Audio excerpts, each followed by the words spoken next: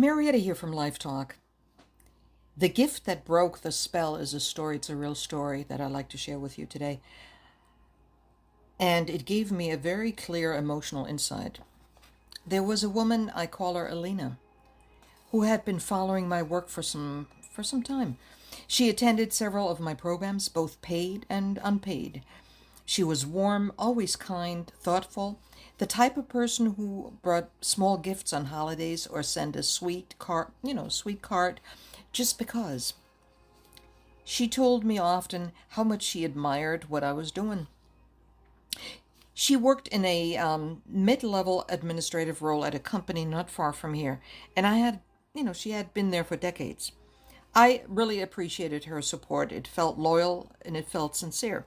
So when we began expanding our community efforts, something that naturally comes with costs, I reached out to a few people, including her, and asked if they might consider a sponsorship. I suggested an amount that felt reasonable, and she responded by offering a smaller one. And I was really grateful and let her know that I would follow up with a receipt. But after that, something shifted. I sent her a small clip of what we were working on, something I knew she would normally enjoy. But her reply came late and the tone had changed. No real warmth. Just a polite line like, wishing you the best of luck. And I realized it wasn't about money. It was about what the request represented.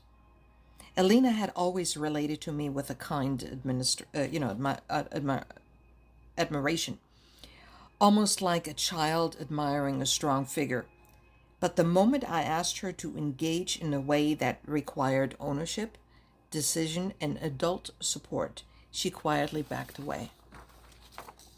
And suddenly it all made sense. Over the years, I had asked her for a few times if she could introduce me to people at her company or in her network. Nothing ever became of it. Not once. She was never a bridge. She was just a bystander. And it's not because she's unkind. It's because there is a disconnect inside her between the child who gives to feel appreciated and the adult who could step into true participation. She likely believes she's supportive, but when real partnership is needed, she disappears. And you know what? That taught me something I won't forget. Here it comes.